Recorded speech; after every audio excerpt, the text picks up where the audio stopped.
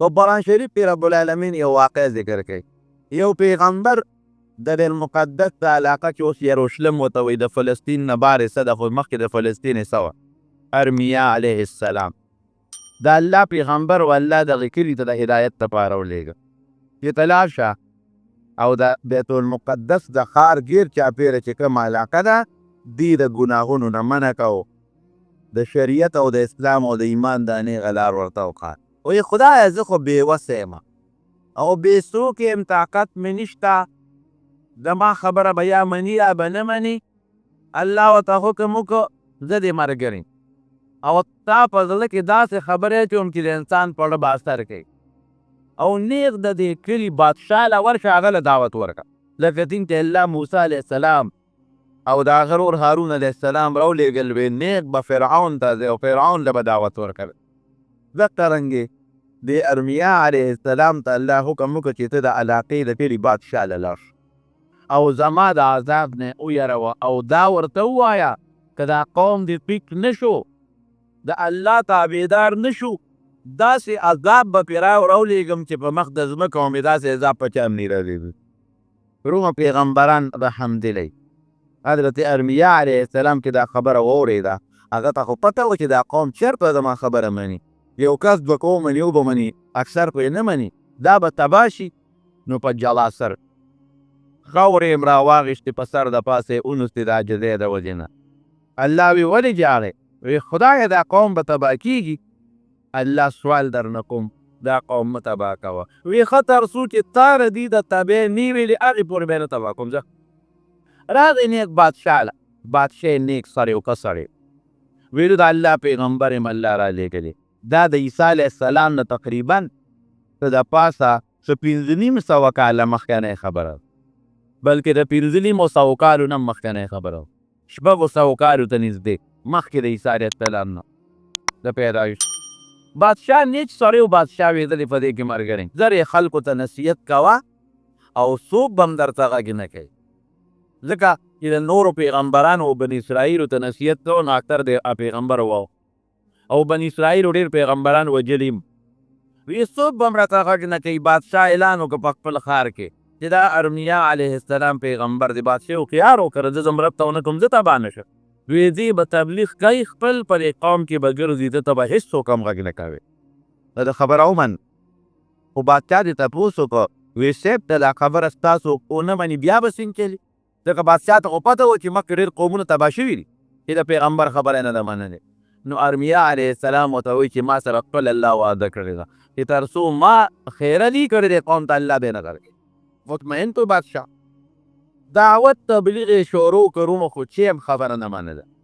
د کلي او د علاقې خلکو ګناهونه د هغې نه نور هم زیات کړل.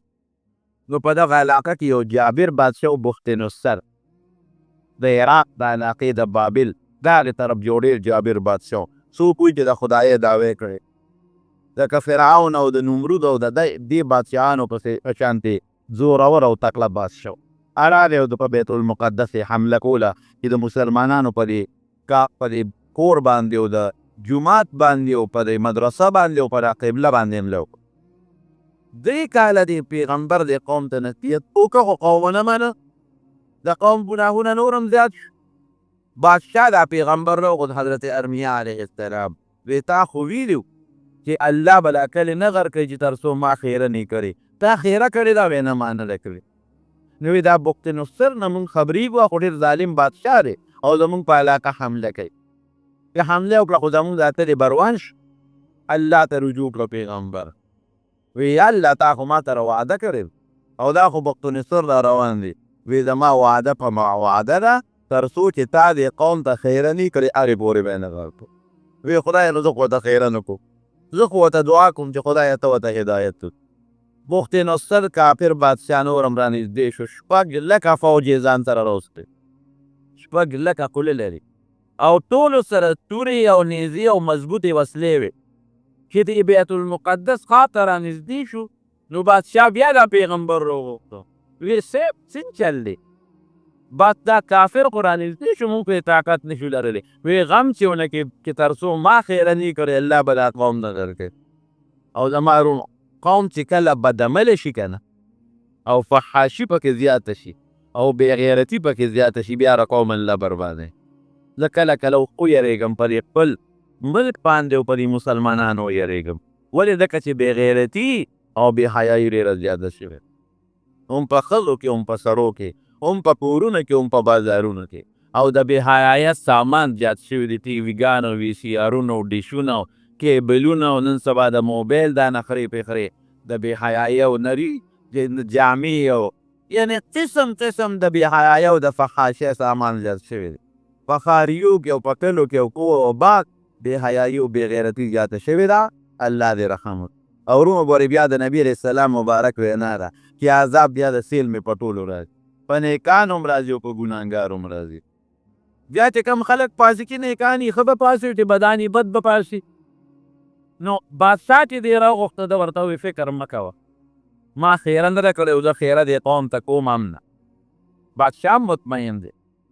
دا ارمیا علیه السلام د هغه کلي په دیوال، د جومات په دیوال ناست، فرشته وه د انسان په شکل راغی.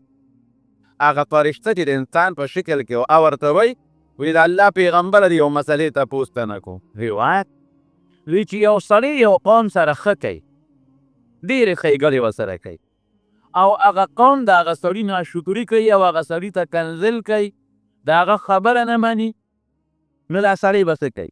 ارمیا علیه السلام خو پرې پوه نه شو. هغه خو یې دا تغییر دی، حالانکې فرشته ورته وی خیر دی، ښه دې ورسره کوي، بد دې ورسره نه کوي. دا فرشته لاړ، سبا له بیا راغی، یو دوه درې ورځې پس بیا راغی د انسان په شکل. وی صاحب زه هغه بلورځنۍ کس یم. وی چې یو سړی یو قوم سره ښېګڼې کوي او ښه ورسره کوي، ډوډۍ هم ورکوي او جامه هم ورکوي او احسانات ورسره کوي، او هغه قوم د هغه سړي ناشکري کوي او کنځل ورپسې کوي او خبره یې نه مني، دا سړی به څه کوي؟ وی خیر دې سړی رحمي دې ورسره کوي او ښېګڼه دې ورسره کوي، بد دې ورته نه رسوي. بیا هغه فرشته ده څو ورځې پس بیا راغله او دوی د بیت المقدس د جومات په دیوال ناست دی. وی صاحب زه هغه بلورځنې سړی یم چې هغه 2 ځله مې درنه تپوس کړو. بیا څنګه راغلې؟ وی صاحب هغې قوم خو ډېر لوی ظلم شروع کړی دی ما سره، سړي سره، چې ما تپوس کړو. سړی هغه قوم سره ښېګڼې هم کوي، ډوډۍ هم ورکوي، حفاظت یې هم کوي، عزت یې هم کوي، خیر ورته رسوي، او قوم یې ناشکرین کوي، او اوس هغه سړي پسې ډېر زیات ظلم هم کوي او داسې خبرې کوي د هغه سړي په حق چې زه تا ته نه شم ویلی. نو وی ما له سره راغلې؟ وی صاحب دې قوم ته خیره وکړه. هغه سړی ته زیات تنګ دی. وی نه زه خو خیره نه کوم. وی صاحب داسې ووایه ته زما خبر رښتیا یي او دا قوم ګناهګار یي، نو خیره ورته وکړه، او د قوم ګناهګار نه یې مه کوه ورته. ارمیا علیه السلام په ګمان ده وکړه چې دا به چېرته یو قوم یو سړی به نو ورته وی ښه. وی یا الله، وی که د دې سړي دا خبره حقیقت وي او دا قوم په حقیقت کې داسې خراب قوم وي، نو خدایه ته یې تباه کړه، او که قوم خراب نیتی او دا سړی ورسره ظلم کوي، نو بیا خدایه دا قوم مه تباه کوه. سړی خو لاړه، فرشته لاړه. چې فرشته لاړه دی کې بخت نصر راورسېد او په بیت المقدس بس حمله کوي، فوجونه یې ګیر چاپېره تاو کړه. بادشاه بیا نه یې راوموښته، د الله پیغمبره څه شو؟ خو دا دې حمله کوي، ته خو یې ما سره الله وعده کړې ده. پیغمبر ارمیا علیه السلام په ژړا شو او بیت المقدس کې په سجده کې خدای تا په ما سره وعده کړې وه چې تر څو تا خیره نه کړې، نو زه به دا قوم نه تباه کوم، نو زه خو ورته دعاګانې کوم، خیرې نه کوم، ولې تباه کې؟ وی تا ورته وختي خیره نه ده کړې، هغه قوم خو دا دی که نه، زه ورته ښېګڼې کوم، جامې ورکوم، عزت ورکوم، ډوډۍ ورکوم، رزق ورکوم، هغوی ما ته کنځل کوي. ځکه چې څوک وایي چې خدای له شریک دی، دا خدای ته کنځل دی.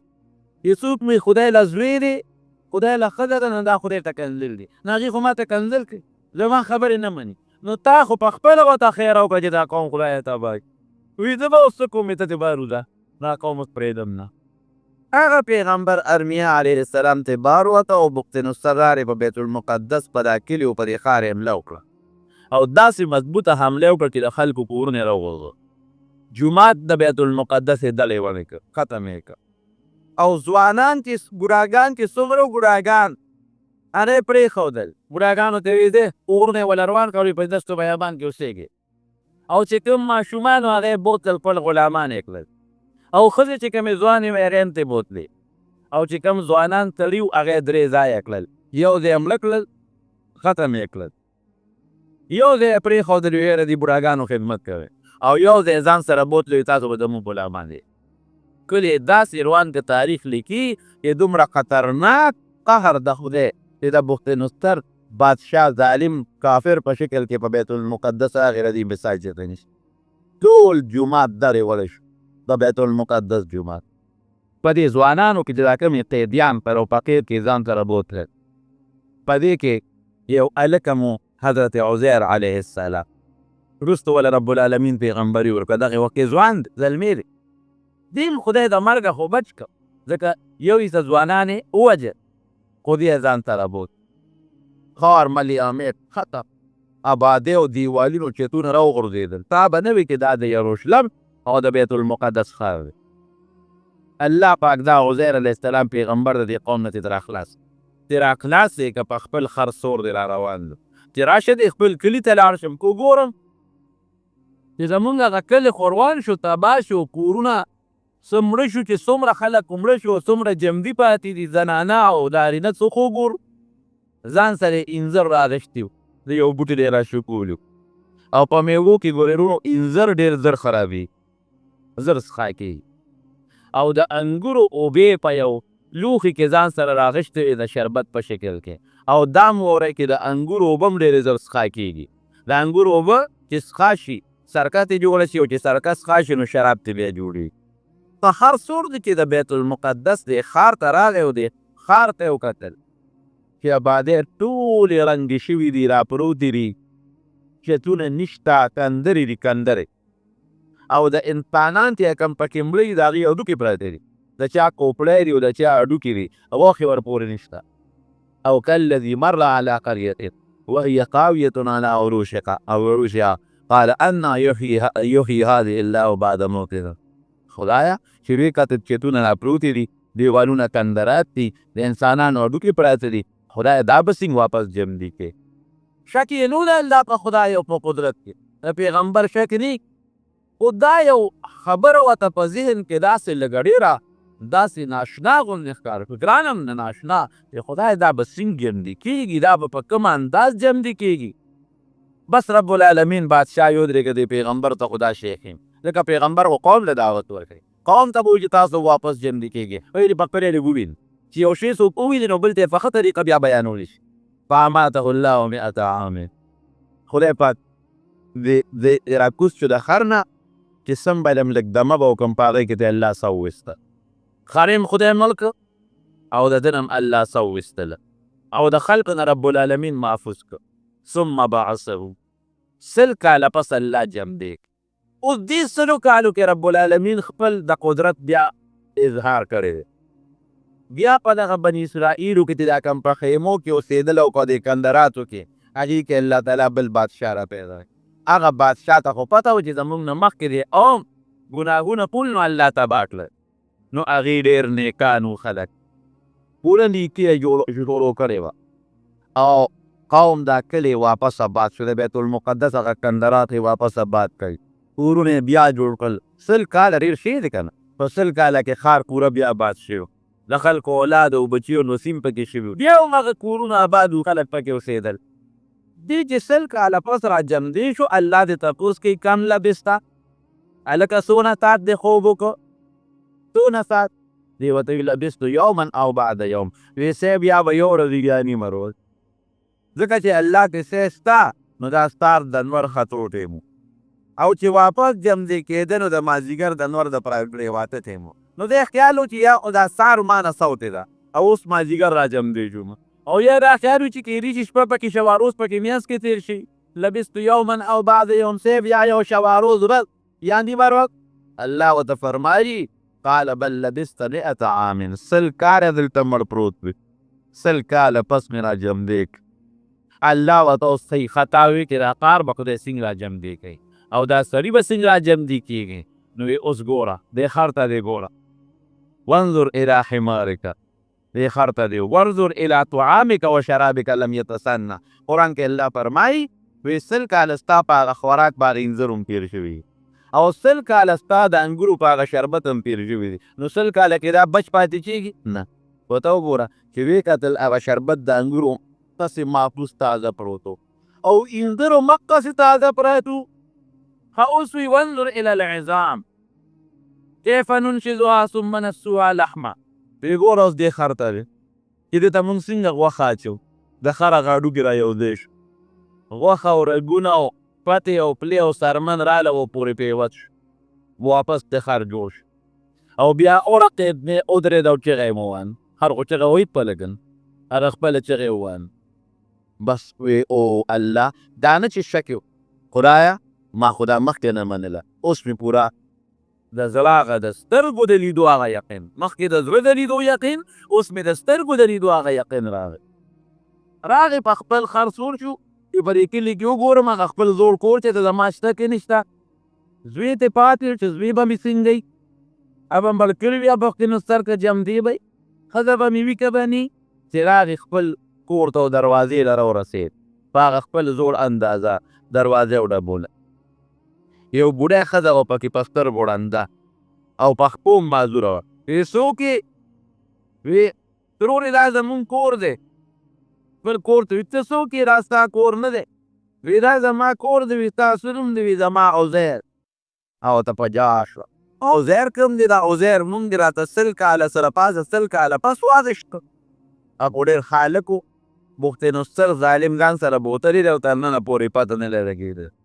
وی نه زه هغه عزیر یم او خپله قصه یې ورته کړې ده چې دقسې زه الله مړ کړی وم او 100 کاله پس رب العالمین واپس را جمدې کړ.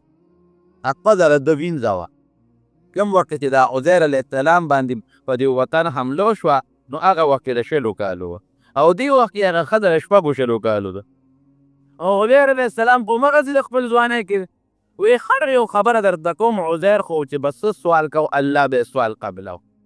نو که ته هغه نو ستا به الله سوال قبلوي. زما را سترګې ړندې دي چې ما خدای پاک واپس جوړوي او پې مې شلې دي چې ما واپس الله ټیک کړي. نو دعا یې وکړه او په مخ یې وله لاس راښ کړه. ښځه واپس په سترګو جوړه شو او په ښکو یې وله دم واچو واپس برابر شو. وی یاره یو نښه خو معلومه شوه زه چې ځو چې زمونږ کوم د بیت المقدس جومات ته چې هغې له دې بوځم. ښځه ورسره شوه جومات ته یې راوست. قوم ته وایي دا عزیر دی. وی د الله پیغمبر یم عزیر علیه السلام الله پیغمبري را کړې. قوم چې ته مني چې 100 کاله هغه وخت کې د څونه عمر و اوس د څونه عمر، اوس په تقریبا کې 1.5 کالو ته ستا عمر نږدې دی. وی بخت نصر چې حمله وکړه نو زمونږ تورات کتابونه ټول سوځولي دي، عدد کتابونه تورات ټول سوځولي او مونږ ته دا د مشرانو نه مونږ اورېدلي وي چې عزیر کوم هلک یې بوتلی دی هغه ته تورات یاد دی. دا مونږ ته خپلو مشرانو ویلي. نو که ته واقعي هغه عزیر یې نو تا ته به تورات یاد وي. مونږ ته د تورات تلاوت وکړه. ده وی بلکل راته یاد دی. د اول نه اخره پورې تورات یې د یادونه ورته ورغو. بیا هغه زوی راپاڅېد ما ته خپلې مور یو نښه ښودې ده چې ستا د پلار په دې اوړي باندې یو تور داغ دی. د هغه نښه ګورم. نښه یې ورته وکتله نو په هغه اوړي باندې هغه تور داغ و. د هغې نه پس د هغې یقین راغی. نو چې یقین یې راغی نو سموده خو قوم ټیکو د الله عبادت به کو او عزیر علیه السلام یې د الله پیغمبر ګڼه. خو سموده پس بیا خدای پاک ګمراهان کړي. وی دا عزیر خو د الله زوی دی. عزیر قالت الیهود عزیر ابن الله. دا یهودیانو کې اوس هم یو ډله شته. وی دا خو د الله زوی دی. سموده یې ځان سره غیب کړی و پټ کړی و تورات یې وله ورکړه واپس یې راولېږه. دا ظالمان. حضرت عمر فاروق رضی الله عنه نه یو عیسایي بادشاه یو ځل سوال وکړ. وی 3 تپوسه دنه کو 3 جواب راله نه. یو تپوس دنه دا کومه چې ما ته هغه قبر وښایه چې قبر هم جمدې منډې وی او چې کوم انسان په دا قبر کې پروت دی هغه هم جمدې منډې وی او بیا دا سړی د دې قبر نه بار روځي او بیا هم جمدې وی بیا هم جمدې. دا راته وایي دا څوک دي؟ او دین تپوس ته نه دا کوم چې هغه ځمکه راته وښایه د پیدایش نه تر اوسه پورې یو ځل نور لیدی او بیا به تر قیامته پورې نور نه وي. او 3 به راته ده ووایه چې لرونه دي. یو ورځ پیدا دي په یو ورځ مړه دي او یو د بل نه 100 کاله عمر زیات. نو حضرت عمر فاروق رضی الله عنه ابن عباس رضی الله عنه راوغوښته دا د نبی علیه السلام د تره زوی دی او نبی علیه السلام ورته دعا کړی چې خدای قرآن او سنت او حکمت ورته وښي. ابن عباس عیسائی بادشاه خط رالیږلی دی دا تپوسونه کوي. نو حضرت ابن عباس رضی الله عنه له جواب ورکړ وایي چې دا کوم قبر دی هغې کې قبر هم جمدی دی او چې کوم سړی پکې ښخ دی هغه هم جمدی دی قبر هم منډی وي دی ورسره منډی وي. وی دا یونس علیه السلام او هغه کب دی. د کب دا ګیره الله د یونس علیه السلام دپاره قبر کړی دی پکې پروت و. نو قبر د کب هغه هم منډی وي جم دی او یونس علیه السلام په خېټه کې پروت دی په قبر کې هغه هم جمدی دی ورسره منډی وي. او بیا دا سړی د قبر نه راوځي یونس علیه السلام د کب د ګیډې نه راووت او بیا هم جم دی. وی هغه ځمکه چې یو ځلې نور لیدلی دی او بیا تر قیامته پورې پرې نور راښکاره نه شي. وی دا د بحر کلزم چې کوم وکې موسی علیه السلام په دریاب باندې پورې وته الله ورته ووایي چې فرعونیان خو را روان دي او خدای یې را لاندې کړم. وی دا کونټی د دریاب له یو سطې لاره درته وکړي. نو الله پکې اوبه لارې پیدا کړې او په هغه لارو کې الله نور تیز نور ولګو هوا پکې بوتله چې دا کوټې شي کې د موسی علیه السلام لښکر پکې تیر شي. نو هغه د بحر کلزم منځ کې موسی علیه السلام او د هغې لښکر پکې تیر شو دغه ځمکه ده. په دقه یو ورځ یې نور ولیده او بیا خدای هغه اوبه یوځای کړه تر قیامته پورې بیا به نور نه او دریم سوال کې تا وکړه چې دوه ورونه دي یو ځای پیدا دي او یو ځل په یو ورځ مړه دي او یو د بل نه 100 کاله عمر زیات دی. وی دا عزیر علیه السلام او دا ضرور دی. عزیر علیه السلام ورور یې برغونې پیدا یو ځای پیدا او اتفاق دا چې دواړه په یو ورځ مړه دي. یو ورځ پیدا دي د بون نو یو ورځ مړه دي او یو ته 100 کاله مشر دی نو دې ته 100 کاله کشر شو که نه ځکه 100 کاله خو د مرګه حالت تېر شو خو پکې نه حسابېږي. نو عزیر علیه السلام ته 100 کاله کشر دی او غرور ته 100 کاله مشر. زما رومو دا الله پاک حضرت عزیر علیه السلام ته په خپلو سترګو وښوله.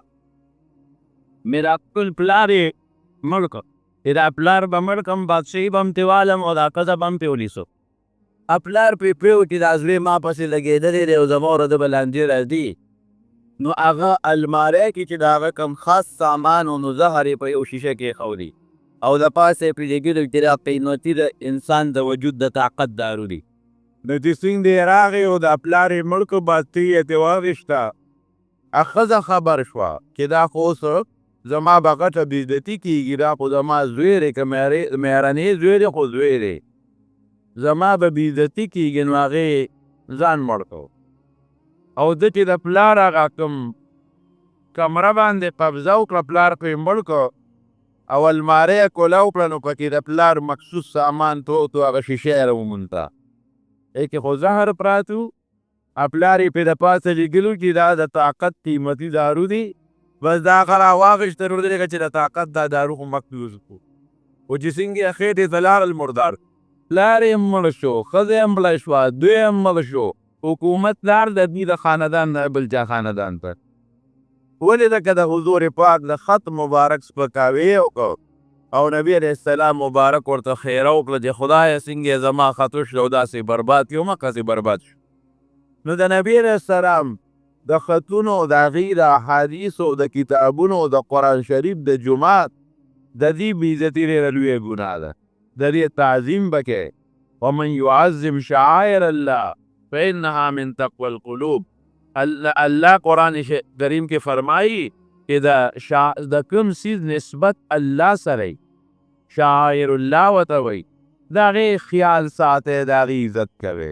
جومات شو قرآن شریف شو بیت الله شو رجال الله د الله نیکان بندگان عالمان مدرسې د دې نسبت الله سره دی د دې به بېعزتي نه کوئ د دې به قدر او عزت به کوئ هله به کامیاب یې.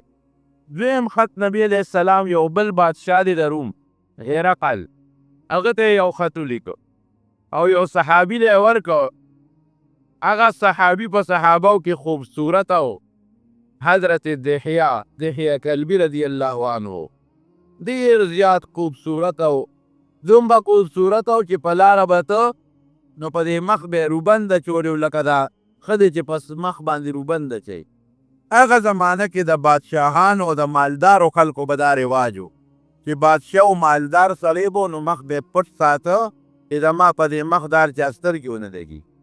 نو ده به په مخ باندې هغه روبن نقاب اچولی و چې هسې نه څوک ښځې ما ته وګوري او د هغې زړه خراب نه شي، ما سره عشق پیدا نه کړي، دومره خشته و.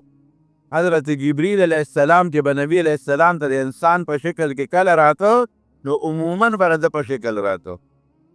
عایشه صدیقه رضی الله عنها فرمایي یو ځل نبي علیه السلام سره یو سړی ناست و، خبرې اترې ورسره کولې. وی ارتپاس کېدو. وی ما نه یې تپوس وکړه عایشې دا سړی دې وپېژند؟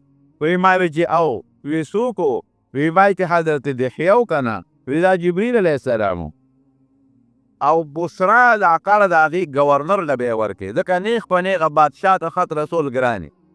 وی سید هرقل خو په روم کې دی. وی نه هغه په فارسیانو کامیابي موندې ده، نو منښت یې کړی دی، نظر یې کړی دی چې زه به پیاده ځم او په بیت المقدس کې 2 رکعته لمونځ به کوم. نو دې پیاده به راځي بیت المقدس ته 2 رکعته لمونځ به کوي. نو ته به لاړ شې د بیت المقدس علاقې ته او د هغې علاقې به هغه ګورنر ته به دا خط ورکړې او ته به ځې نه تر څو چې پوره معامله ښکاره شوي دي. هغه ته به ووایې چې دا خط ستاسو د روم بادشاه دی او ستا دې علاقې ته راځي، نو ته مهرباني وکړه دا خط هغه له ورکړه. خط حضرت دحیه رضی الله عنه واغېست، د بصره علاقې ګورنر له یې ورکړ. وی صاحب زه د آخرې زمانې پیغمبر محمد رسول الله صلی الله علیه وسلم را لېږلی یم. د روم بادشاه هرقل ستا علاقې ته را روان دی، بیت المقدس کې به 2 رکعته لمونځ کوي، پیاده ګورې. نو چې راشي دا خط به له مهرباني وکړې ورکړي. هرقل چې راغې د بصره ګورنر وله خط ورکړ. وی دا خط واله صاحب دا چا را لېږلی دی؟ وی چا راوړی دی؟ وی یو سړی دی دلته مونږ سره دی، وی را مخامخ یې خو د دې نه مخکې د هرقل یو خوب لیدی و. اردو چې راپاڅېده نو چې خپل خلک یې راغونډ کړل ځان ته نږدې د مشورې خاوندان او دی خو عیسایي و، د عیسایانو مشران. وی بېګا مې یو ناشنا خوب ولیده. څنګه خوب دې ولیده؟ دې نجومي و دا هرقل د روم دا بادشاه. وی بېګا ما په دې ستورو کې چې نظر کو او په خپل علم نجوم کې مې سوچ کو، نو زه په دې خبره پوه شوم چې د سنتګرو چې کوم خلک ځان سنتوي د هغې مشر به په دې علاقه قبضه کوي. چې کوم خلک ځان سنتوي د هغې مشر به په دې علاقو قبضه کوي. تاسو ما ته د دې تعبیر راکړئ چې د سنتګرو خلکو چې ځان سنتوي د هغې مشر څوک دی؟ نو هغې چې اندازه ولګوله، هغې وی چې د مکې خلک خو ځان سنتوي واقعي ده، هغو قبایلي خلک دي، هغې کې مشر نشته او یهودیان ځان سنت کوي. نو وی صاحب داسې کار دی فکر مه کوه. د مکې خلک کوټیک د کې ځان سنتوي خو هغه قبایلي خلک دي، د هغې یو مشر نشته او نه په یو مشر اتفاق شته. او یهودیان چې دي ځان سنتوي نو هغې به راوغواړو بس مړه به یې کړو. چې کوم پکې ځوانان دي او زمونږ ته یره کېږي به مړه، نو ستا یره به ختمه شي. په دې سوچ کې و چې دا خط وله دی ګورنر ورکړه. وی دا خط چا راوړی دی؟ وی صاحب قاصد موجود دی، وی راویې غواړی. نو دا حضرت دحیه رضی الله عنه یې وغوښته. وی تاسو تر اول معلومات وکړئ چې دې سنت ځان د سنت کړی دی او که نه، د قوم خلک ځان سنتوي سړي او که نه؟ چې معلومات یې واخیستل. وی صاحب بلکل دی هم سنت شوی دی او د ده د قوم سړي هم ځان سنتوي. وی ما چې په علم نجوم کې کم سوچ کړی دی او ما ته کومه پته لګېدلې ده نو هغه هم دغه ده. د دوی مشر زما اندازه داسې ده چې د دوی مشر به په دې علاقو باندې قبضه کوي او د دوی دا مشر به په دې علاقه باندې چکېږي او کامیابېږي به. دې تپوس وکړه د دې قومه چې دا کوم سړي ما له خط را لېږلی دی نبي علیه السلام، د ده د قوم څوک شته ده ما په دې علاقه په دې شام کې؟ حضرت ابو سفیان رضی الله عنه دغه وخت کې کافر و. د ده د قوم او د قبیلې دلته څوک شته؟ وی او صاحب یو قافله راغلې ده د تجارت. وی ما دې راولې. نو ابو سفیان رضی الله عنه فرمایي چې مونږ یې راوستو ورته کېنولو. وی چې کېنولو وی تپوس یې وکړه د ترجمان په ذریعه، ځکه د هرقل جدا ژبه وه او د عربو د مکې خو عربي ژبه وه، د یو بل په ژبه نه پوهېدل. د هرقل خپله ژبه یوناني وه، افرنجي یوناني. او د دوی خو عربي ژبه ونه د یو بل په ژبه نه پوهېدل ترجمان یې کېنو. وی داسې یو سړی چې د پیغمبر ته په تاسو کې فرشته کې نږدې وي هغه راته وښایه.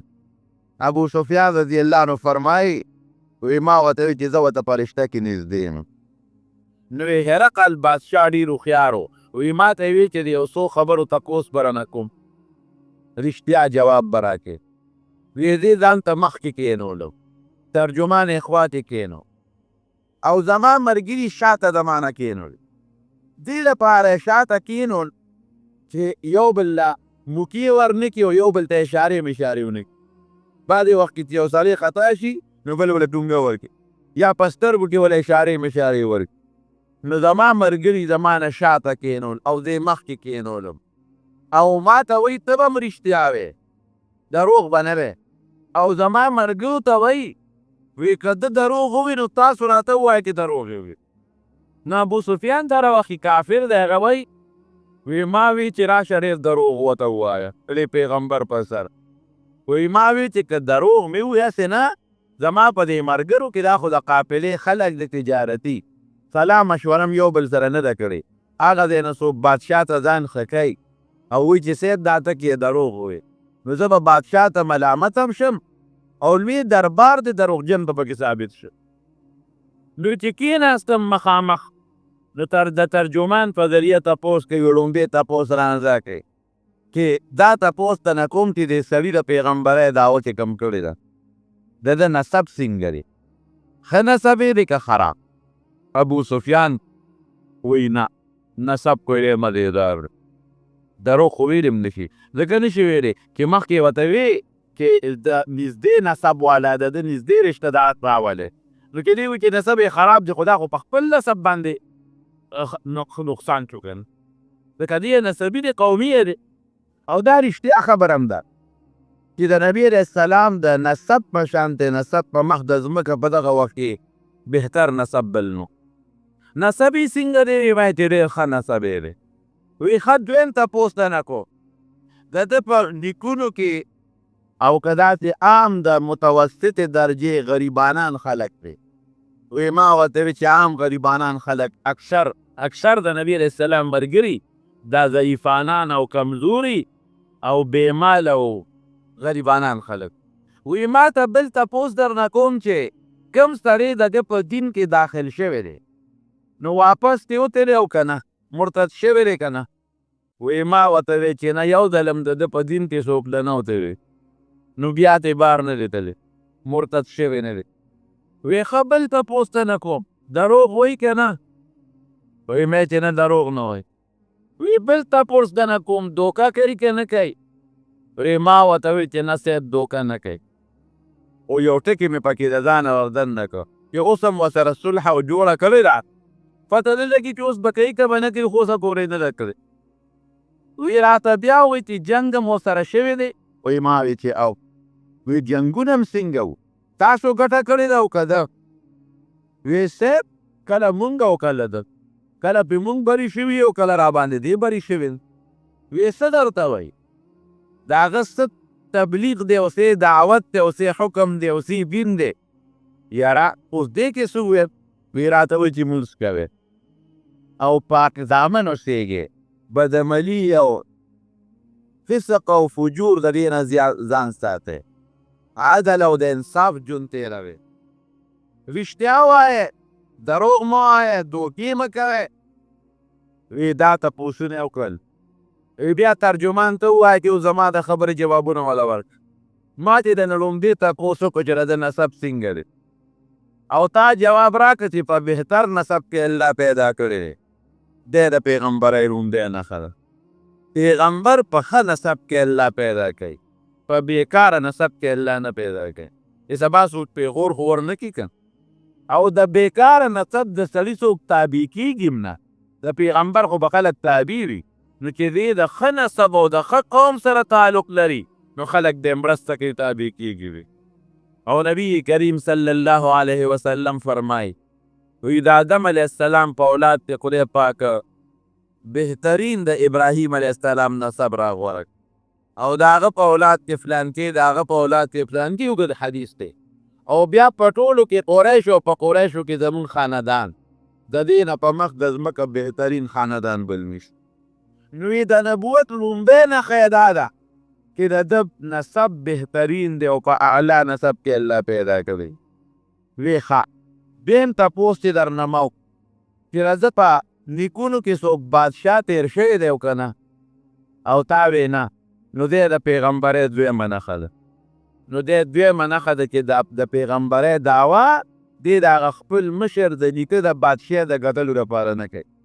وی بیا مې دنه تپوس وکړو چې ستاسو په قوم کې څوک پیغمبر تیر شوی دی نږدې او که نه؟ تا وی نه. وی دی درېیمه نښه ده. که چېرته ستاسو په قوم کې بل پیغمبر تیر شوی نو ما بلکې وی چې دې هم داسې د بل پیغمبر چې اورېدلي چې د پیغمبر خو ډېر عزت او د پیغمبر خو خلک ډېر قدر کوي. وګوره زمونږ په قوم کې فلانکې تیر شو، نو زه به ما بلکې وی چې ډېر دغې کل دپاره د پیغمبر داود چې هغه مخکې کوم پیغمبر تیر دی د هغه په شان ځان ته خلک رامایل کي او د هغه په شان ځان ته خلک تابع کي او د هغه په شان عزت حاصل. خو چې ته وایې چې زمونږ په قوم کې نږدې پیغمبر نه دی تیر شوی، نو دی درېیمه نښه شو. څلورمه نښه تا نه ما تپوس وکړه چې یاره غریبانان یې تابع دي او که مالداران؟ نو تا وی غریبانان، متوسطې طبقې والا. نو دا خبره هم د پیغمبرۍ نښه ده. د پیغمبر لومړي ملګري هم دغه غریبانان.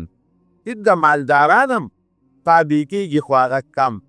مالدار سړی د بل چا تابعداري نه قبله. ابو جهل به نه ښه ورته پته وه چې دا د الله رښتونی پیغمبر دی. اخنس ابن شریق چې تپوس وکړ که نه، 3 شپې ابو جهل او اخنس ابن شریق او ابو سفیان د نبي علیه السلام قرآن شریف تلاوت ته به یې غوږې ښوده تر سبا پورې. نو اخنس ته تپوس وکړه ابو جهل وی څنګه دې خیال دی؟ عمرو ابن هشام یې نوم و، د دی لږ مطالع یره وی دا خبرې رښتیا دي، رښتونی پیغمبر معلومي. وی ملګرتیا نه کوو، مرسته یې نه کوو؟ وی ښه د مکې سردار دیم او پیغمبري الله دله ورکړه، زه به ده پسې ځم. ګوره هر مالدار سړی غریب پسې تلل نه غواړي. چودري او کارخانهدار سړی او غریب سړی چېرته خپل مشر منل غواړي. نو وی ما درنه چې دا تپوس وکړو او تا راته ووایي چې غریبانان خلک یې تابع دي، نو د پیغمبر لومړي تابعدار خلک غریبانان. چې کوم مالداران مال دولت یې وي نو هغه هم که ظاهري مالدار یې خو د زړه نه هغه هم کبرجن وي، د مالدار خوی پکې نه. د نبي علیه السلام چې کوم حضرت عثمان رضی الله عنه او یا بعضې مالداران خلک تابع وو، نو هغې کې هم د مالدارۍ د کبر هغه صفت نو، د غربت او د عاجزۍ صفت پکې. او یا کم خلک وی ښه بیا مې دنه بل تپوس وکړو چې کوم سړی د ده په دین کې یو ځل داخل شوی دی نو بیا دا دین پرېښی دی او که نه؟ نو تا وی نه. وی ایمان دغته شی وي، دی بله نښه ده. ایمان چې یو ځل زړه ته کوشي بیا نه وځي، او دا حقیقت. زړه ته چې ایمان کوش شو که نه، حضرت بلال ته وګوره څومره وال او ټکول به غریب خوړل، لیکن د الله یووالی احد یې نه پرېښود. الله احد. حضرت خباب رضی الله عنه دا شا کې وه، 2 ګوتې دی پکې بې داغه نو، ټول حمله داغي وه، لیکن د الله یووالی او ایمان یې پرې نه ښود. او دا یوازې زمونږ د دین خبره نه ده، په هر دین کې داسې ده. دا فرعون کې دی، فرعون ده خو د خدایۍ دعوه کړې وه. موسی علیه السلام چې کله الله پاک شخصیت د پیغمبر راولېږه او دی دعوت ورکړه، د الله پیغمبر یې په ایمان راوړه. د ده یو وینځه ورځې فرعون، هغه الله مسلمان کړ. ځکه موسی علیه السلام خو د فرعون کرل وی شوی دی، نو هغه وینځې ته یې پته وه، د هغه ماشوموالی هغه حالات هر څه ورته معلوم و، وینځه یې مسلمانه شو. یو تېرېدونکې یو ماشوم هغه چې پی د مور خوري، یو لږه لویه وه. نو دا فرعون ورته وایي چې داسې کار به کې چې د موسی علیه السلام دا دین به پرېږدي، خپل زوړ دین ته به واپس راځي. وی دا خو داسې خو نه کېږي، ما خو د موسی علیه السلام رب خپل رب منلی. وی رب خو زین فرعون ورته وایي، لوی خدای خو زین وی نه، ته خدای نه. وی ښه اوس به دې برابره کړم. یو دیګ یې راوړ او تیل یې پکې واچول، وی اور ورته بل کړي. وی اوس دا سزا دې خوښه ده، تا به هم په دې دیګ کې غورځوم او ستا نه مخکې به ستا دواړه ماشومان پکې ستا مخکې غورځوم چې ته ورته ګورې، او که نه زما بادشاهي دې خوښه ده. ځکه که د موسی علیه السلام ملګرتیا دې پرېښوده نو زما وینځه دی، زما وینځه خو داسې بادشاه به زما وینځه دی، زما په محل کې به اوسېږې، ته زما نوکری، ستا به نورې نوکرانې وي او مزې چرچې او خوراکونه او سیلونه په دې به سرې. نو دا دې خوښه ده او که دا د اور سوځېدل دې خوښ؟ او وینځه ورته وایي چې هر څه چې کېږي ما د موسی علیه السلام په رب ایمان راوړی دی. ګوره ایمان چې کله راته توس شو بیا د زړه نه نوځي. ما د موسی علیه السلام په رب ایمان راوړی دی او د موسی علیه السلام رب منم، یو خدای منم او موسی علیه السلام د الله رسول منم، او چې ستا څه خوښه یې کوه. نو دیګ کیسې به غټ دیګ و، لوی تلو، په هغې کې تیل ګرم کړه، اور یې ورته بلو چې دا تیل کله په پټ کېدو شو. ظالمان بادشاهان شته که د زړه نه سخت کلک. نو د دې هغه ماشوم یې راواغېسته چې هغه د دې پیښ خوړل او هغه د دې مور په مخ کې هغه تیلو ته ورشغال کړه. څومره ګران کار دی. د مور ګورې په بچو ډېر لوی رحم وي، د پلار په نسبت د مور رحم ډېر وي.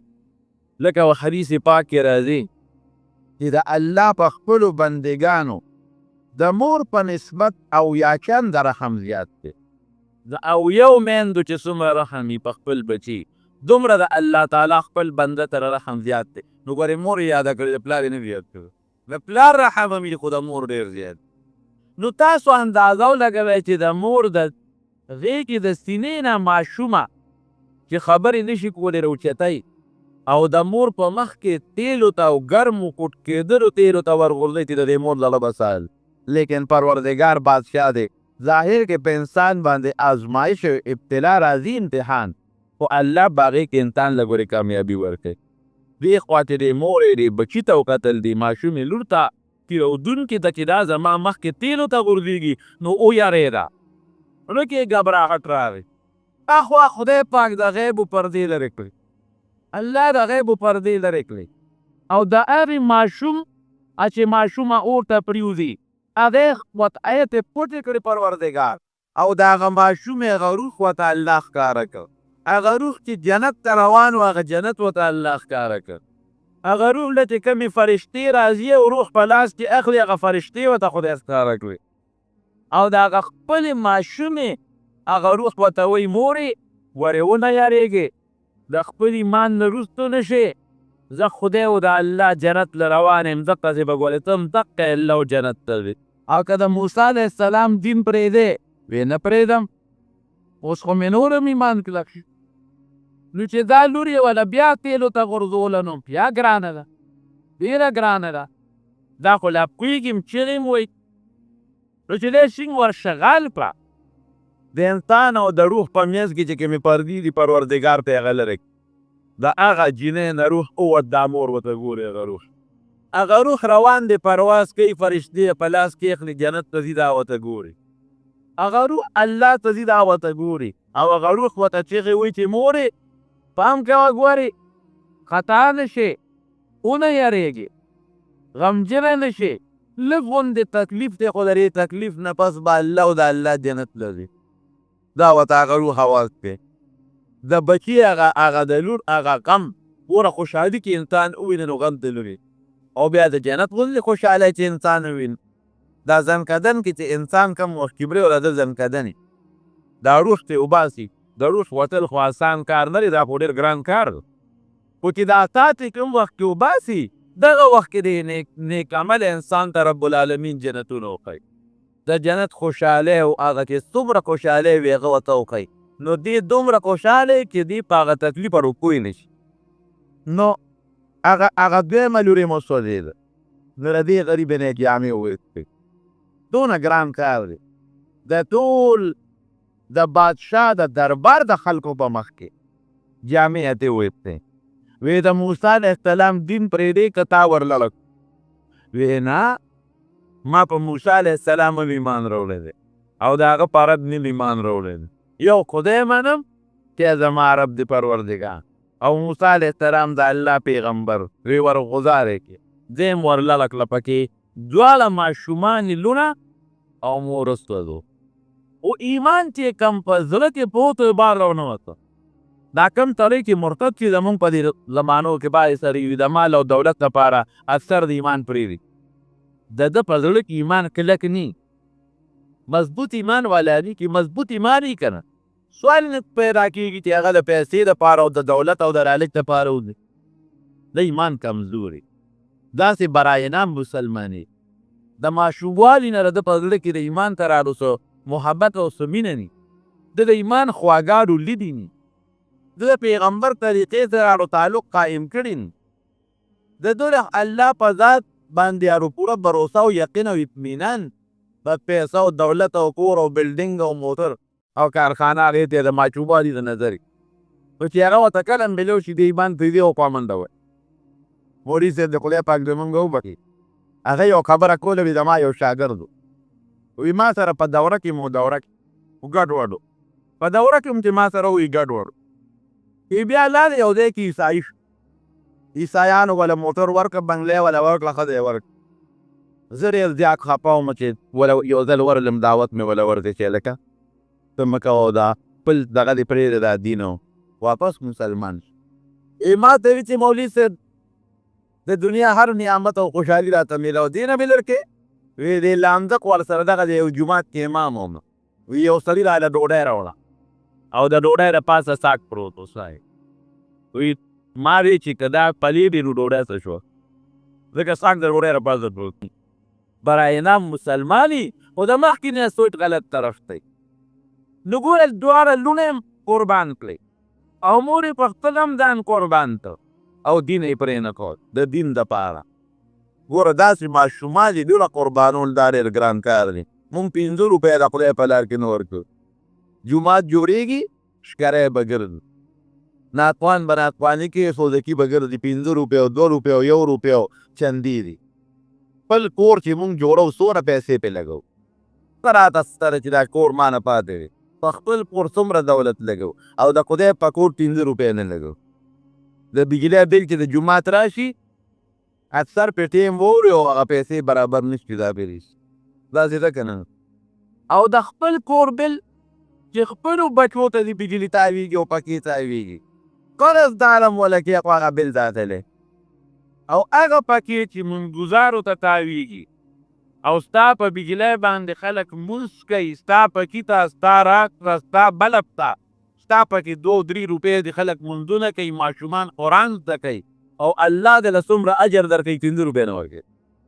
یو ته یې پلانکي ته ورځه که نه پلانکي به درکړي که نه هلکه دا دونه پکې ولې ګرځو خامخا نو چې څوک نه ورکوي دا به خامخا بیا ویل دا دومره بجلی بیا ولې بله څوک بل نه ورکوي دری کور څوک جومات ته نه هلي لوښې له څوک نه دي بروازې له پخوا به لا بیا هم د جمعې پر ورځ څوک لاړل ځه لوښه راوړه جومات ته یې واچوه اوس څوک هغې لم نه د خپلو څاروو د سوټو او څپیاکو غم به ته هغې له راوړي د خدای د کور غم لور قربانول او ځان قربانول خدای دې باید دغه امتحان نه ده قسم دې مونږ 5 روپو کې غلی یو 15 روپۍ نه ورکوې 10 روپۍ نه ورکوې مسافر ته یې سترګې خړې کړې دي جومات ته یې سترګې خړې کړې دي یو سپارې او قرآن شریف ته ته څوک بوخلي ثابت په چې ته چې مړ شي نو ته 2-3 قرآن شریفونه والي جومات کې کېږدي دا مې د پلار خیرات شو ته خو دې که نه روزانه پېښور ته چاغه دې ته دی او خپل ځان له خپلې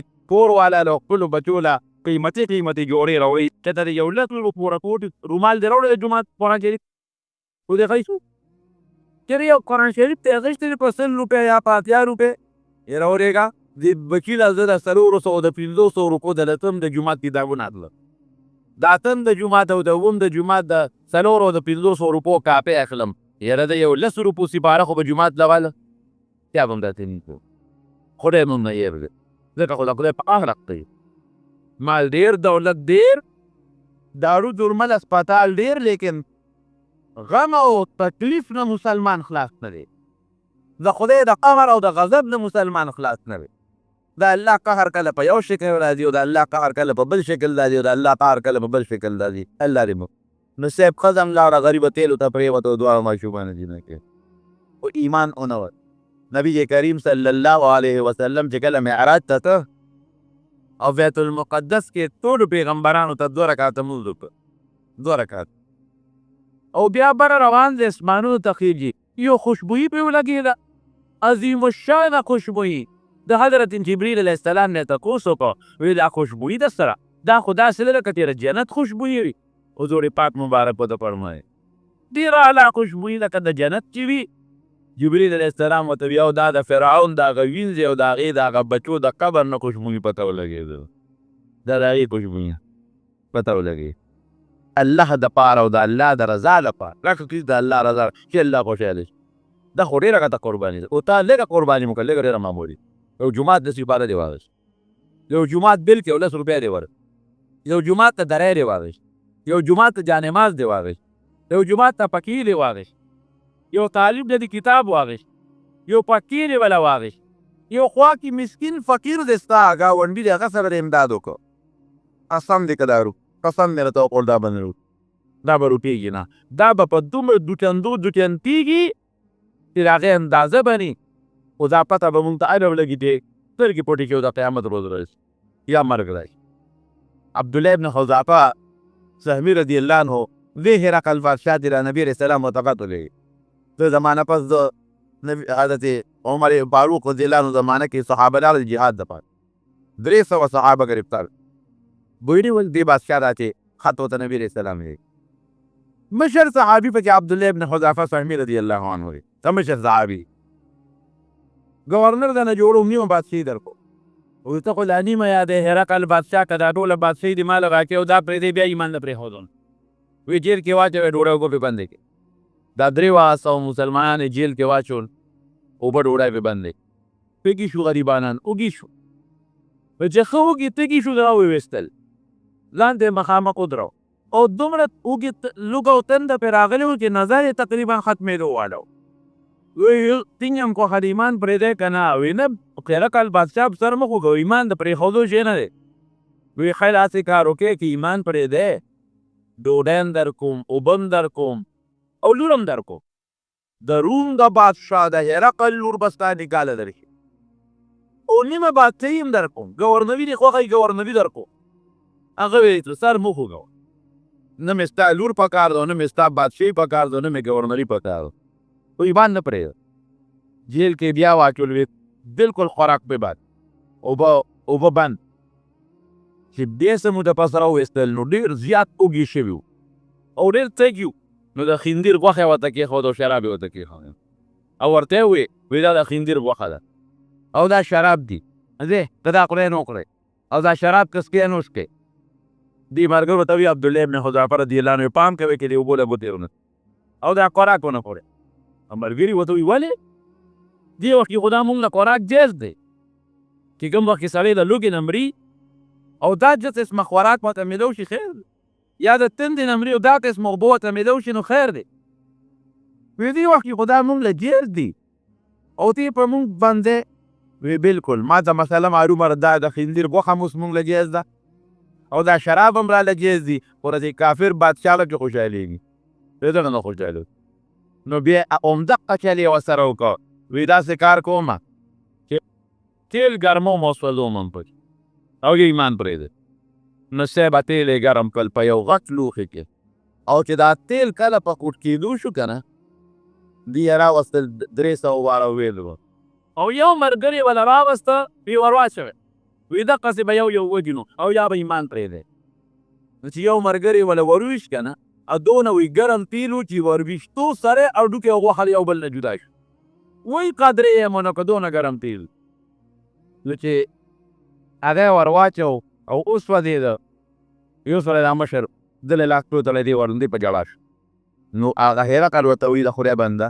هسې راباندې یو ملګري راباندې مړ کړ او ځان هم راباندې وجنې ګوره ټینګېدې ورته نشي جاړی نه وایي زه خو په دې وجه نه جاړم چې ته ما ورکې غورځئ تیلو ته مې غورځئ وایي په څه جاړه وایي جاړم په دې کې وجود مې ډېر تپ شوی دی لوږې تندې او نارې راباندې تېرې شوي دي نو ارمان چې ښه غټ وجود مې وی او زما په وجود کې دومره روحونه وي لکه زما په وجود کې ویښته دي او هر یو سامي د الله د دین نه دغسې قربان کړی لکه زما دې ملګري چې قربان کړه. دی پسې جاړو ملګرو ته وایي یاره د محمد صلی الله علیه وسلم د هغه د ملګرو په شان ملګري مې چېرته نه دي. ایمان دې ته و چې ته کوچ بیا اوځي نه وایي زه پرېږدم د سره دې ملګرو خو په یو شرط چې له ما را تندې به ښکلې یې راته لوته. عبدالله ابن حذافه رضی الله عنه ورته وایي ما به یوازې پورځو او زمونږ په زړونو کې ایمان داخل دی. خدای پاک یې تر قبر او حشر او نشر پورې زمونږ په زړه کې ایمان قایم او دایم ولل. که دا ملګري به مې پرېږدې وایي ملګري دې پرېږدم وایي ښه د ملګرو د خاطره به دا شرط قبول کړم. نو دی یې پرېښودله و هرقل چې زما تندې ښکل کړم تندې یې ونه ښکل. هغلته عمر فاروق رضی الله عنه ته په مدینه شریفه کې پته وه. نو د مدینې شریفې ټول صحابه اکابر د نبي علیه السلام نږدې ملګري ټول یې راغونډ کړل او یو جلوس یې جوړ کړ په لاره کې. وی د پیغمبر علیه السلام نږدې ملګرو عبدالله ابن حذافه د خپلو ملګرو د خاطره د یو عیسایي بادشاه تندې ښکل کړی. ملګري راخلاق کړل وی دی چې راشي استقبال به یې کوو او هر یو به د تندې ښکلو. نو چې دی راغی د یو جلوس په شکل کې مدینې منورې ته داخل کړ. اول حضرت عمر فاروق امیر المؤمنین او بیا یو اکابر صحابه سپینګیري چا چې د حضور پاک مبارک خدمت کړو یو براته او د عبدالله ابن حذافه تندې به ښکلو پرې د ورته څه پریشاني ده. کلک یقین او مضبوط ایمان دې راشي بیا به دې په بچي پروا نه دا بچی به مې څه کوي دا مال به مې څه کوي دا دولت به مې څه کوي دا عظمت به مې څه کوي دا کور به مې څه کوي دې بچیو به مې څوک فکر کوي. دا ستا یقین په الله کمزور دی. په الله کې د مضبوط یقین پیدا شو ایمان چې څه ته یو کلک ایمان دې پیدا شو قسم دې د سر او د بچو او د مال او د هغه نه بیا ورته وي. اوس موږ په ګرمۍ کې مانځلی نه شو تللی په تیاره کې جومات ته نه شو تللی ولې د ایمان چې کم خوند او کم خوږوالی دی هغه مونږ محسوس کړی نه. داسې مثال دی لکه یو سړي ته به یې صفرا یو دی خوږ شربت دي نو شربت خوږ دی خو په ده خوږ نه لګي. د قرنګې دا مونځ او دا تلاوت او دا څیزونه خواږه دي خو موږ ورته مریضان یو په موږ هغه خوږوالی نه دی. نو الله دې موږ روحاني طور ورته جوړ. نو هرقل د هغه نه تپوس وکړم وی ما کې د نه بل تپوس وکړه چې د دې یو ملګری مرتد شوی دی که نه او تا وی نه دی د پیغمبرۍ بله نښه ده. معلومیږي دا کې د اصلي مسلمانان دي. اصلي مسلمان چې زه ته ایمان کوز شي نو واپس دی نو خو بل تپوس مې ده نه وکړ چې دې دروغ وایي که نه وایي تا وی نه دروغ نه وایي. نو زه پوه شوم چې دا رښتونی پیغمبر دی بله نښه. ځکه چې کوم سړی په دنیا کې چا سره دروغ نه وایي او په خدای دروغ نه وایي په دنیا کې د خلکو سره رښتیا وایي او په خدای دروغ وایي چې پیغمبر نه یم او خدای پیغمبر را لېږلی او بل تپوس مې نه ده وکړه چې دوکه کوي که نه تا وی نه کوي. معلومیږي دا چې دا رښتونی پیغمبر دی بله نښه ځکه پیغمبران دوکې نه کوي. یو خلک پیغور ورکوي هلکه دروغجنه ته خو دروغ وایې معلومیږي دا چې ته په دې کې هم دروغجن یې چې ته د خدای پیغمبر او ته خو دوکه کوې. نو چې کوم سړی دوکه کوي په هغه څه یقین دی په دین کې هم دوکه بیا کولی شي. نو چې دی نه دروغ وایي او نه دوکه کوي دی د پیغمبر نور نه کوي. وی بل تپوس مې رانه چې جنګونه هم کړي دي که نه او تا وی او بیا مې درنه تپوس وکړو چې چا غلبه مونتې را نو تا وی کله مونږ او کله هغه وی دا هم د رښتوني پیغمبر دی بله نښه ده. ځکه چې په پیغمبر کله ازمایش راځي کله ترې ملګري به مري کله به ته علاقه هم ځي خو اخري کامیابي به بیا هم د دې پیغمبر. ترجمان ته وایي ویلي ابو سفیان ته ووایه چې د عمر او بیا مې تپوس وکړو چې د تعلیم څه دی دې څه حکم ورکوي نو تا ما ته وایي چې خلکو ته د مونځ د پاک دامنۍ د رښتیاو د عدل د انصاف تلقین ورکوي دقه د پیغمبر نښې وي. د پیغمبر مقصد هم داسې دی. وی ښه درته اوس ووایه ده ته ووایه دې سړي ته چې که دا ما درته تپوسونه وکړو دا رښتیا دا د آخرې زمانې رښتونی پیغمبر او یو وخت به راشي نو یو سړی یې ده سره که د هیکلبي سره رضی الله عنه سره چا چې خط راوړلی په رومیه کې په اطلي کې اوس اطلي ورته وه هلته کې د ده یو ملګری عالم مو د عیسایانو علم او لجومي مو وی داسې کار وکړه چې په منډه پتې د ستور کول ته بوځه او دا خط ته هغه ته وښایه او بیا ما له واپسي جواب راوړی چې هغه څه وایي. بیا هیکلبي رضی الله عنه فرمایي چې لاړو هلته ورسېږو د هغه د غاتور نو هغه له هغه خط ورکړ هغه رانه تپوسونه وکړل اوټي څنګه یې تپوسونه وکړل او هغه خط یې وکته بس هغه خو په هغه ځای مسلمان شو اشهد ان لا اله الا الله واشهد ان محمدا عبده ورسوله او وی هرقل ته ووایه چې د آخر زمانې کوم پیغمبر د مونږ یې پته مې وي هغه همدا د شاه به ایمان پرې راوړه. خو چې هغه هغې ته را رسېدلي واپس د روم ته خپلې علاقې ته واپس را روان وایي مونږ ورورسېدو. وایي چې څنګه ورورسېدو نو مونږ نه یې تپوس وکړه چې هغه سړي هم خط یوړه څه وویل. وایي مونږ ورته وایي چې صاحب هغه خو مسلمان شو او هغه تاله هم دا پیغام درکړی چې ته مسلمان شه. دا هغه اخري پیغمبر دی چې چا مونږ پته مې او په انتظار. خو یاره چې مسلمان شو نو قوم زمونږ مخکې شی وي. وایي خلک صبر وکړي. نو د ده چې پخوانو بادشاهانو په هره علاقه کې ځان له یو رسټ هاوس جوړ کړی. د سیل لپاره به تلل، ښکار له به تلل، په هغې کې به څه موده تېرو. نو حمص کې د ځان له یو مدیدار محل جوړ کړو. نو دا خیال یې وکړه چې دا خپل چې کوم وزیران او مشیران ورسره تللي وو که دې سفر کې او کوم د لښکر مشرانو جرنیلان دا ټول ورسره وو. دی یې راوستل او دروازې یې بندې کړې او چابیان یې ځان سره کېښودې او دې په بالخانه ورته اوچت کېناست او دی یې ځان لاندې کېنول چې د دوی لاس ماته راونه رسي. تجربه یې پرېښود. ورته یې ویې ای قومه دا ماله خط دی پیغمبر را لېږلی او په دې خط کې څه لیکلي وو نبي علیه السلام مبارک ډېر ښایسته خط یې ورته لیکلی چې د محمد صلی الله علیه وسلم نه چې د الله رسول دی. دا یو خط دی چا ته هرقل ته چې د روم بادشاه دی. اسلام راوړه نو محفوظ به شي. اسلم تسلم، مسلمان شه ستا بادشي به محفوظ شي. او که مسلمان نه شوې ستا قوم به کافر پاتې شو، د دې قوم وبال هم ستا په غاړه پروت دی. او بیا دا آیت چې قل یا اهل الکتاب تعالوا الى کلمة سواء بیننا وبینکم الا نعبد الا الله ولا نشرک به شیئا. یو کلمه ده چې د ټولو پیغمبرانو منځ کې شریکه ده. هر پیغمبر خپل قوم ته همدغه یو خبره کړې چې الله یو د شریک نه لري. او که چېرته ځان خوښوي چې یاره کامیابي نه خوښه او بادشاهي ختمېدل هم خوښوي نو بیا د خلاف وکړي. د هماغه پیغمبر دی چې زمونږ په کتابونو کې د ذکر راغلی. د هماغه پیغمبر دی چې زمونږ په کتابونو کې د آخر زمانې د پیغمبر په نوم بدلې کېږي. دا رښتونی پیغمبر مې معلومات کړي، ما ته پته لګېدلې. بس صاحب قوم منډې کړې، هرقل مرده به انقلاب راغی. دا زمونږ بادشاه مسلمانېږي. دروازو ته یې منډې کړې چې باروزو به د ده خلاف چغه وو. خو چې دې سنګ څه خو هوښیارو دروازې چې رنده وې بار خو دې وتې نه شو او چابیانې ده سره وې. ده ولې اواز ورکوي تاسو نه زړي شی خبره ده ما واورئ. خو بار وتې نه شو، کلا دروازې بندې کړې، په خپله بره ناست چې دوی غلي شو. وی ظالمانو ما صرف تاسو کتی چې په خپل عیسایت کې کلک یې وکنه مسلمانېږم نه، صرف تاسو مې کتی او ما ته پته ولګېده چې تاسو په خپل دین کې کلک یې. ښه د خپل دین ته نه وړئ نو به ټول چې څومره وزیران او مشیران او جنانو په سجده ورته پرېوتل. هرقل زنده وه. نبي کریم صلی الله علیه وسلم ته استازي راغی، تعال یې ورته وویل. نبي علیه السلام وفرمایل وی د الله دشمن دنیا غوره کړه او آخرت یې پرېښود. او بیا دې هرقل یو وخت کې د نبي علیه السلام خلاف لښکر هم رسټ کړ، د تبوک غزا چې وه، خو بیا هغه جنګ ونه شو. او بیا د عمر فاروق رضی الله عنه زمانه کې بیا جنګ وشو. ما راته مخکې 300 کا 300 صحابه چې ګرفتار کړل. او زما روم نبي کریم صلی الله علیه وسلم د دعوت او د تبلیغ په سلسله کې غلی نه دی ناست. د خطونو په سلسله باندې څومره چې کومه طریقه به یې وس کېده چې یو سړي ایمان ته وبلي او دی مسلمان شي نو خط یې هم لېږلی دی، بادشاهانو ته هم لېږلی دی، عوامو ته هم لېږلی دي. لرې لرې سفرونه. اوس څومره لوی سفر دی. مدینې منورې نه هغه کسرا بادشاه ته خط لېږل، مقوقس ته لېږل او دا شام ته بیت المقدس ته استازي لېږل. همدا هم د دقې برکت دی چې نن په دنیا کې د اسلام خور دی او د ایمان خور دی او زمونږ په زړونو کې ایمان داخل دی. خدای پاک یې تر قبر او حشر او نشر پورې زمونږ په زړه کې ایمان قایم او دایم دی.